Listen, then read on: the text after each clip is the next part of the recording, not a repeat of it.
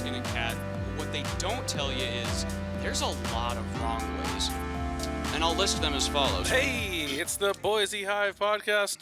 Thank you for listening. I am joined here in the studio with my engineer, co-host, and executive producer, Alex Gamble. Say hi, Alex. Howdy.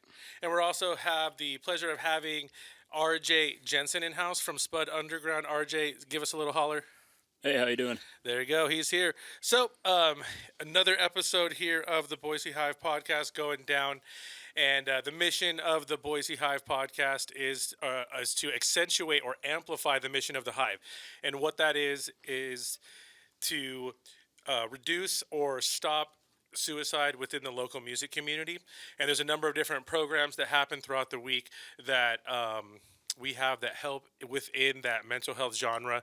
On Tuesdays, we have Life Recovery from 12 to 1:30. We also have our Live at the Hive rebroadcast on the radio 3 to 4 on Tropico FM. You can find them on Instagram.com/Tropico FM. The last Tuesday of every month, we have our musicians meeting, which is a great gathering to kind of network, find other people that you could potentially play shows with or do projects with, or even just hang out with like-minded people. It's a really cool, casual event. I recommend if you are a musician and you're looking to branch out, it's a wonderful thing to start doing. On Wednesdays, we have Sober Curious 6 to 7:30, and the last Wednesday of every month, we have our open mic 6 to 8. We encourage a lot of different type of acts to be there. You don't have to be a band whatsoever. It's 7 and 9. Sorry, 7 and 9. I apologize. And we mic cats, people. So, like, if you just want to come down here, like, you'd be surprised. Like, just bring something down here. We'll throw a mic on it. We'll give you a slot. We'll make it work. Ain't that right, Alex? Mm-hmm.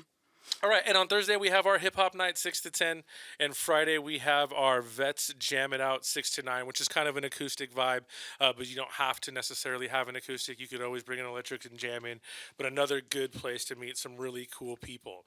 So we will now move on to our first band feature of this episode. We are going to play a track by a famous Idaho act called Sawtooth Monk. This song is called Multiplicity. Check it out.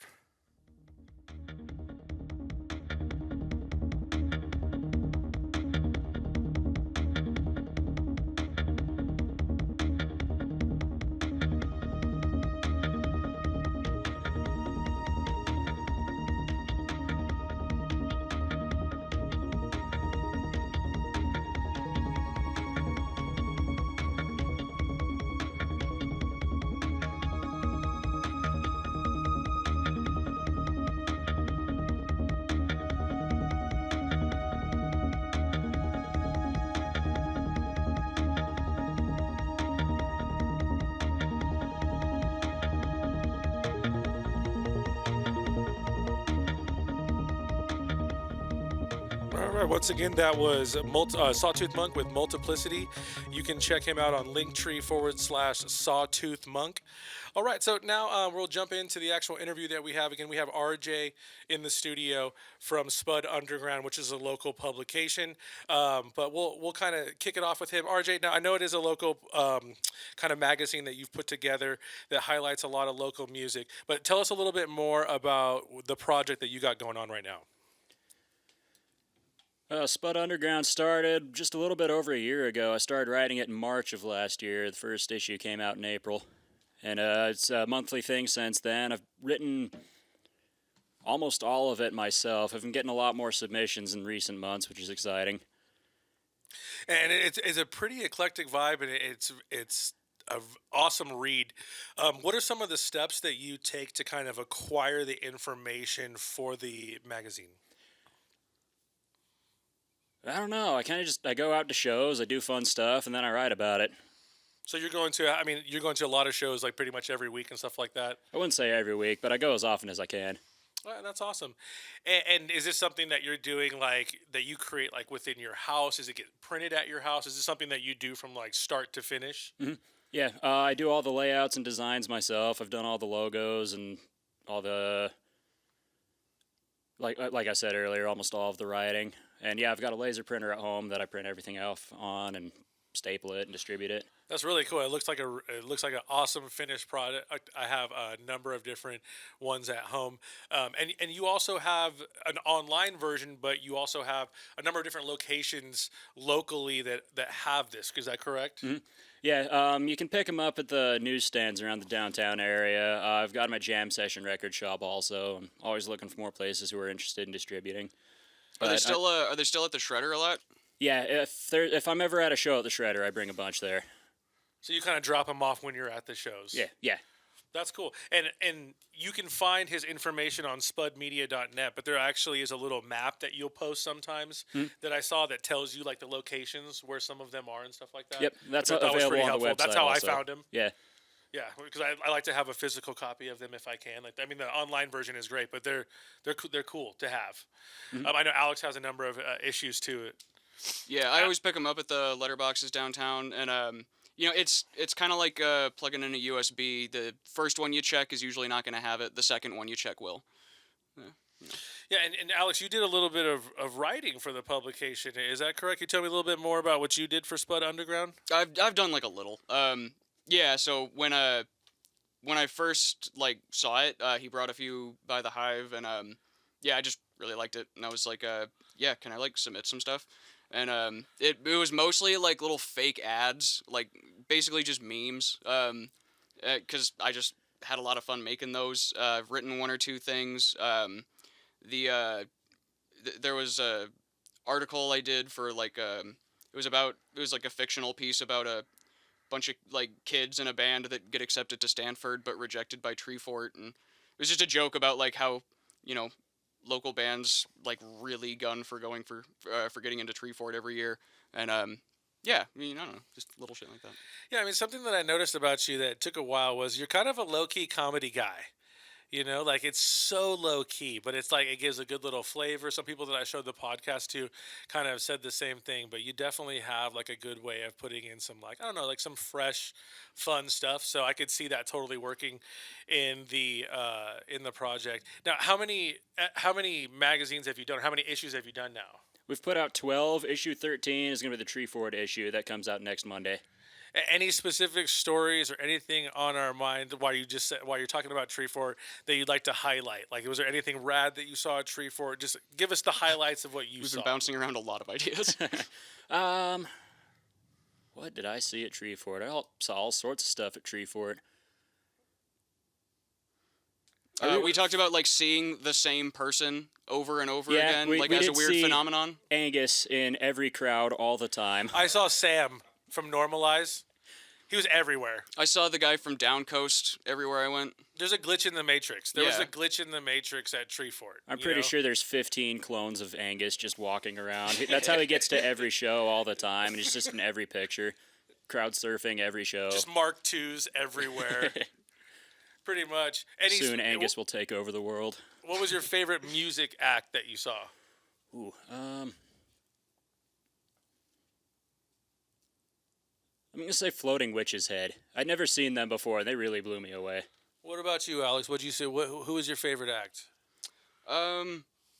So like my favorite show that I saw was definitely like Butcher Brown. It was the only show I saw at the band shell where they had like the projectors going, and that was just mesmerizing. Skating Polly did a good show, and I actually like an interview with them will be in the magazine. And but my goodness, those are born performers. And Seeing Mandius was cool. Oh, Rat Champion is who really blew me away. They're a local group, and I know they rehearse at the Hive at least sometimes, so I've heard them like I hear them too. 2 rooms away, and seeing them like actually perform was like sincerely really. And those guys are rad. They're all about it. Yeah, they're good. Like I say this, everyone's been saying this, and I think it was just because, like you said, the projectors were going and it was at night.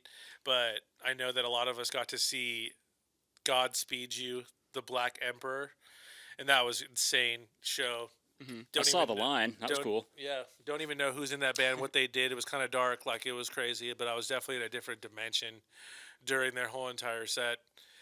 There was another band called Madison Proof, who's usually a solo act, but she can constructed like a who's who of all stars from all these other solo projects and other stuff, and they did like an R&B rap rendition of her stuff that was very classy. Usually, when I've seen her before, it was just her like with backing tracks, so they completely were able to translate what she's doing to like a live band. Like literally, they had backup singers and a flute player, and he played sax. They had like a sample guy and a drummer and just a guitar player. It was just rad. It was a huge, big production. It should have been on main stage for sure, but that was probably like my sleeper.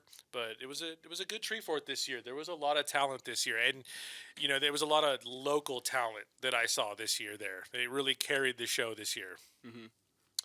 So, any specifics? We'll get back to Spud Underground now. Any specific stories that you or projects that you got involved with since you've been doing this that were rad, or maybe that you'd want to highlight, or maybe some cool bands, or just like I'm sure you know a lot of people now, and you stay connected in the community. But anything that surprised you, or just anything interesting that's come your way? I've seen a few bands kind of start up and then get better as the months went by. That's been really exciting to watch. Mandius is a great example of that. First time I saw them was at the Junction Riff Festival out in Oregon. It was nice to see them grow too, because they didn't have a record forever. Yeah. We were just going to their live show because it was crazy. And even that was just getting better and better and better. Mm-hmm. Now they got that album out, and it is terrific. They do cool stuff too. They did like that Nirvana show where they were like Mandius as Nirvana. And they do like crazy stuff, like the Halloween show. Yeah, it was they do, but like Neurolux, I think it was. But they do a bunch of interesting stuff, and their new record is awesome. But we've actually seen through the podcast kind of like the same thing, and even Alex, when doing the recording here, there's a lot of young talent that's coming up that we're kind of noticing and seeing grow and kind of becoming what they're going to be. So you're getting a front row to all that stuff, which is awesome. When you have like a front row seat in the local community. Again, I'm talking to RJ Jenson with Spud Media. You can find all of his information on spudmedia.net. And again, he runs a local publication that highlights the local music community. He goes to a bunch of shows, writes stories about it. There's funny, there's a lot of comedy in there. It's very funny. It's very funny. It's a very good read. Like it's awesome. And although he does most of the writing, he has kind of communicated that he is, you are down to collaborate. Is that correct? And maybe have other people possibly submit information to you? Oh yeah, absolutely. If you got something you want to write, or you saw something cool, you got some cool pictures that you want to send in, stuff like that, I'll take a look at pretty much anything. Yeah, and I appreciate everything that you've been doing. I'm sure I'm not the only one, but on behalf of, the podcast and the local music community, we appreciate everything that you're doing. I know you're not getting paid for this. This is just like a little passion project that you got into, so we appreciate you again. This is RJ Jenson with Spud Underground. You can find all of his information on spudmedia.net. As always, we'll talk about the Boise Hive. You can find us on boisehive.org. We have a YouTube channel. Search Boise Hive. Our telephone number is 208-344-4994. We also have a Spotify channel. It's called Boise Hive Sessions, and it is a collaboration of a bunch of awesome local music that gets recorded right here within our Hive studio. So yeah, we got a bunch of cool stuff going on here. And always, if you are having suicidal thoughts, or if you're in a crisis, or would like more information about such topics, you can always text the national hotline at 988. Again, this is Nino. I'm here with Alex and RJ with the Boise Hive podcast. This has been a great show today. Let's go! All right, and playing us out today, we got a feature from a really wonderful local artist, Michaela King. The song is called Lunar Eclipse.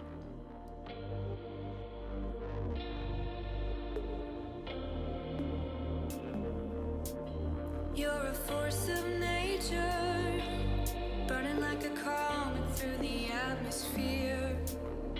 I heard you coming, underneath my breath, my heartbeat slows. Crying don't scare you when I run out of truth. Shake out the lies that have poisoned my bloodstream. Oh, you